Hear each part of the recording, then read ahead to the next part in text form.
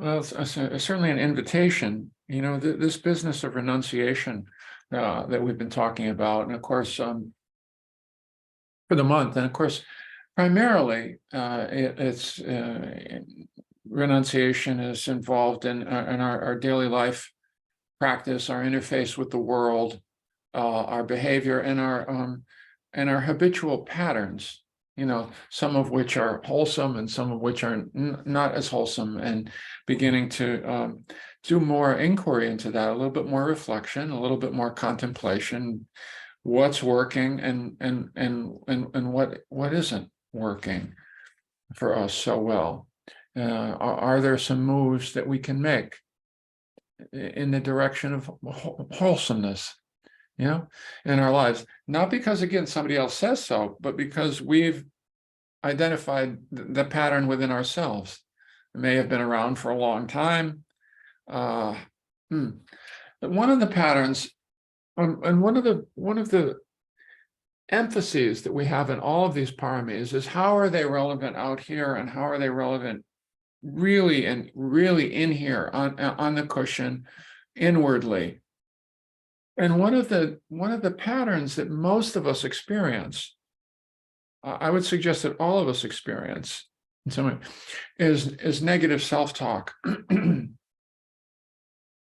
And we have mentioned this before. We mentioned this negative self-talk when we talk about right speech and right inner speech. We mention negative self-talk when we focus on self-compassion or inner compassion and the lack thereof. And we mention it here in terms of the paramis, in terms of renunciation. What does it mean to renounce negative inner self-talk? We mention this whenever we can, in whatever context we can, dharmically, because it's such a powerfully negative influence in our lives. That is to say, we ourselves offer much in the way of negativity in the way that we hold ourselves or don't hold ourselves. In the ways that we don't hold ourselves as worthy, as good enough. And that's one of the inquiries that the Buddha recommended that we all engage in. How are we speaking to ourselves? How are we speaking to ourselves? What is that inner patter that goes on? Not necessarily in dramatic ways, but in low-grade chronic ways. Oh, I shouldn't have said that. Oh, I forgot to do that. Oh, I can't believe I did that again. Oh, what's wrong with me? Oh,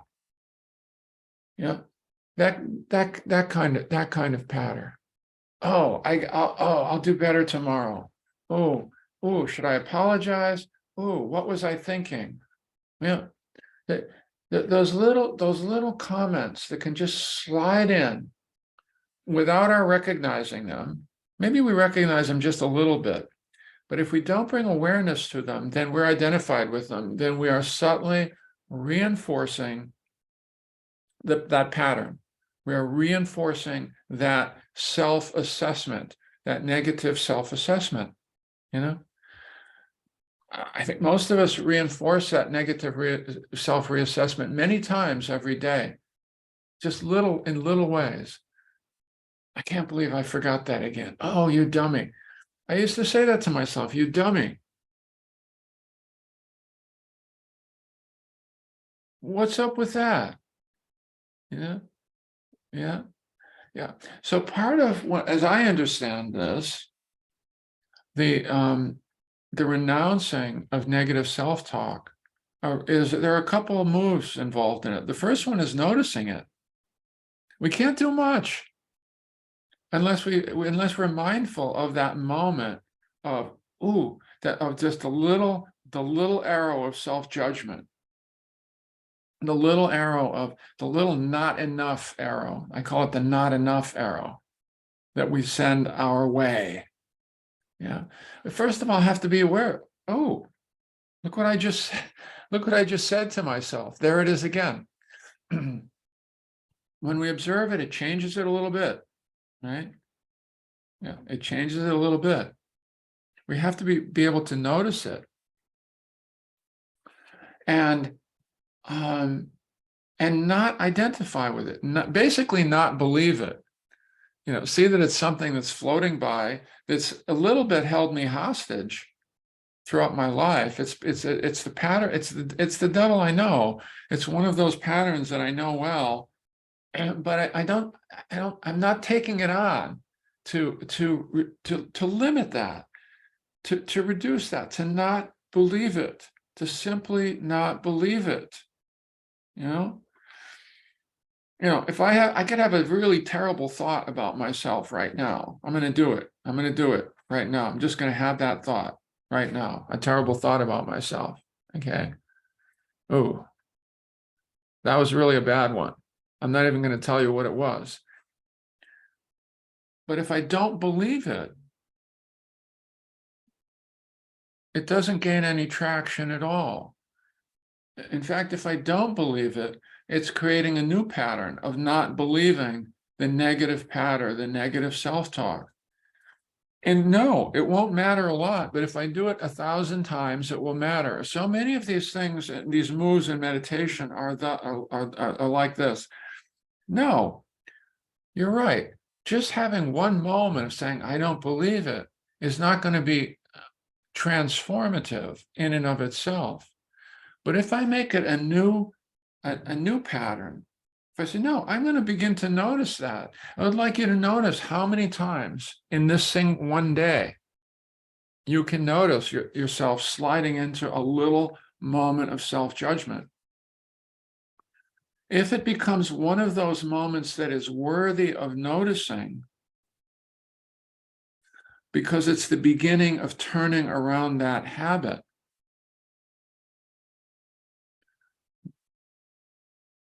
they will begin to add up. They will begin to add up.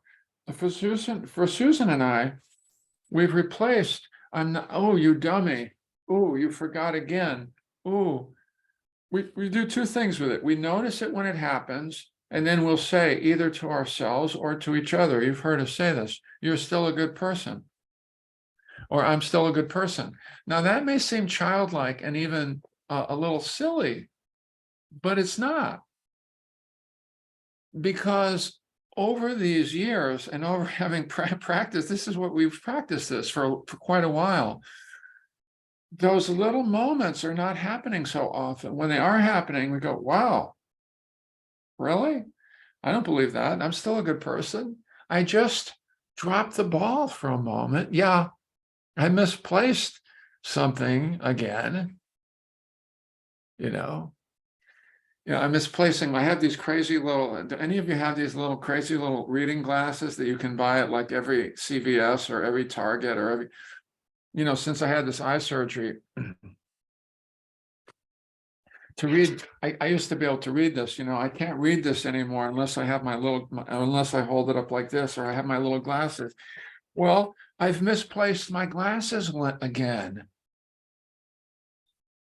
for the third time this morning. Yeah, right? Yeah. So when I used to do something like that, I go, oh man, just a little bit. Oh, come on. What's wrong with you? No big deal. Just what's wrong with you? But if you say what's wrong with you 100 times a day, that has its own life. That has its own, I'm just not quite enough. I don't quite have it together enough, And if I go, whoops, hey, buddy, well, okay, I guess you're going to have to find a standard place to put those crazy glasses so you don't, maybe you won't forget them as much if you do that, but you're still a good person. If I say that 100 times a day or 1,000 times a week, essentially, it starts to create a different lightness, a different kind of relationship to myself. Yeah. And so it's a simple encouragement. All of these are simple encouragements. around things that we're doing that might slightly fly under the radar, and that we don't notice, But in one way or another, we've all become familiar with the little messages that we send ourselves, that we're not quite enough, or we should have it more together, that we shouldn't have done this, should have done this, should, as opposed to, okay, let's lighten up a little bit. Let's lighten up. And so this is a way, renouncing negative self-talk. Renouncing negative self-talk means recognizing it, not believing it, and often replacing it with something like, hey, you're still okay.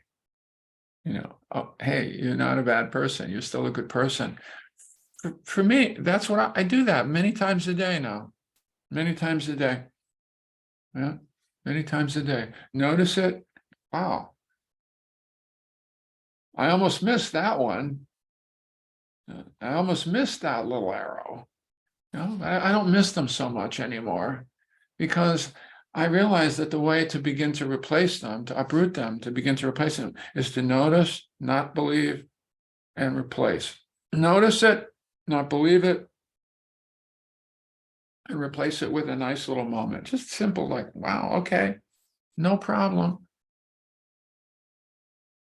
Okay. Yeah. So that's an example of renouncing something, more of a mental pattern. Yeah. I call it the not enough pattern. Yeah. Yeah. Renouncing that, yeah, as best you can. Yeah, for your own welfare. Okay. So let's meditate together, and can be awake to this possibility. We do it in meditation.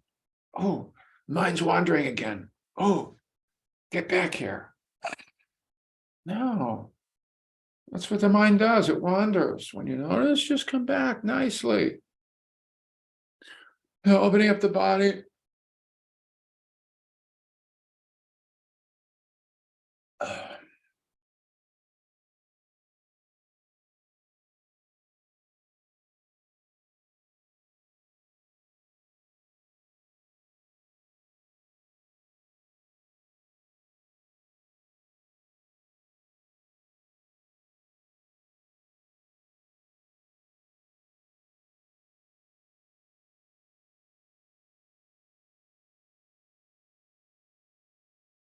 And when you're ready, yeah, beginning to come into settling, more towards settling.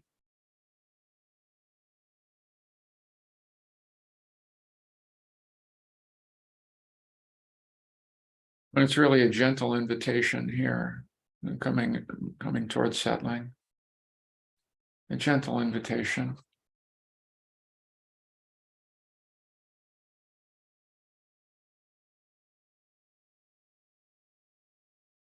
Although it can help to move toward the body and the breath right away, and drop out of the thought stream.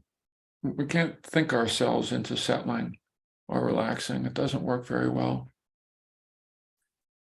But the breath can help. Softening the breath can help.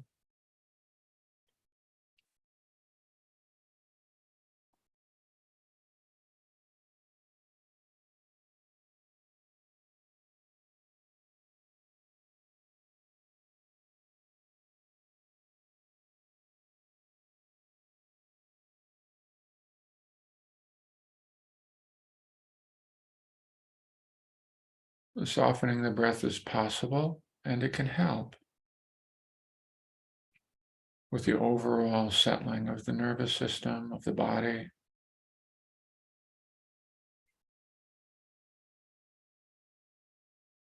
Especially if we repeat that gentle invitation for a while with every breath, with every exhale.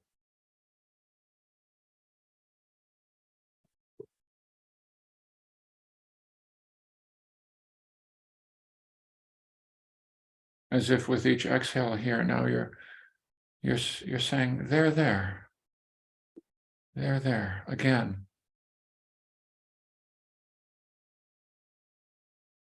Orienting towards settling and calming.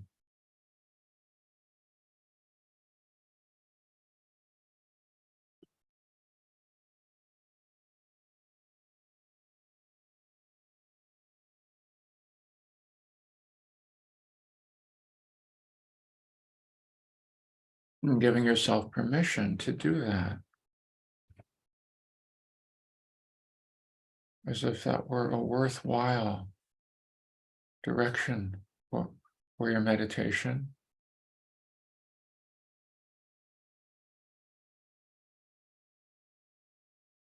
As if that were a self-care move, compassionate move to just settle a bit,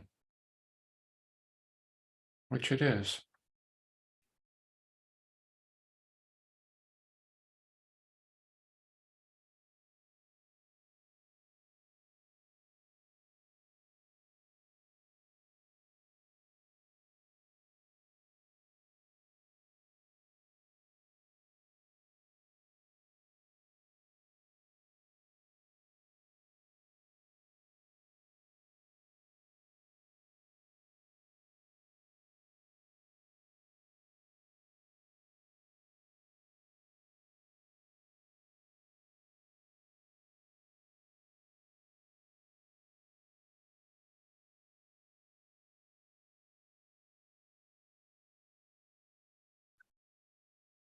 So we're inviting an atmosphere, an inner atmosphere of settledness and kindness.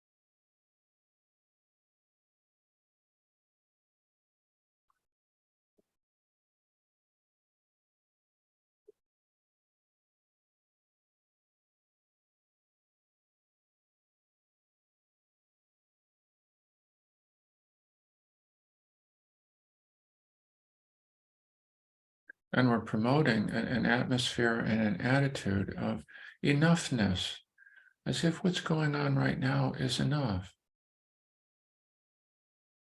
Here in these bodies, breathing,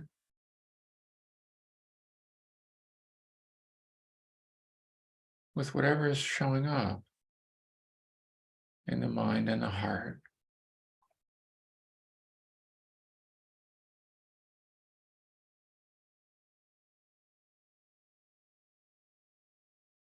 As if it's enough, more than enough.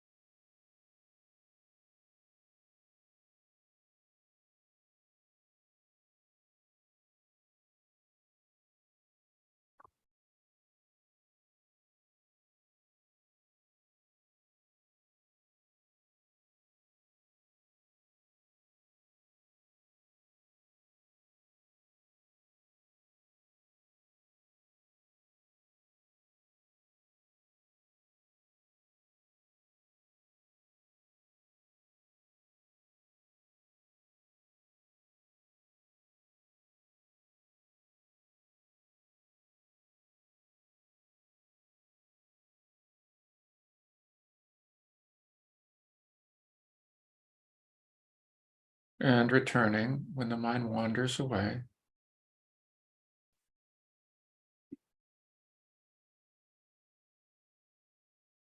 In a kindly way.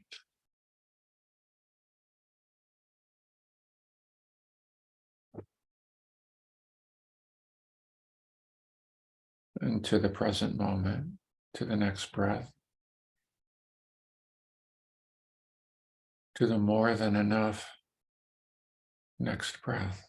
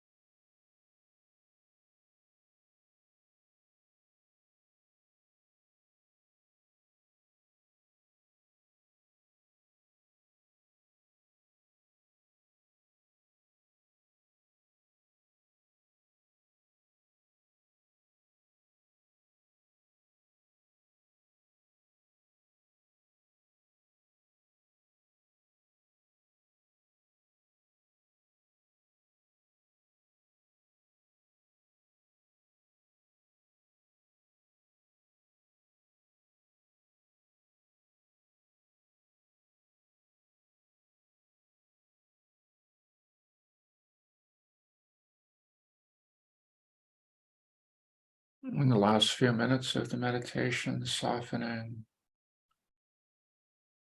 and allowing.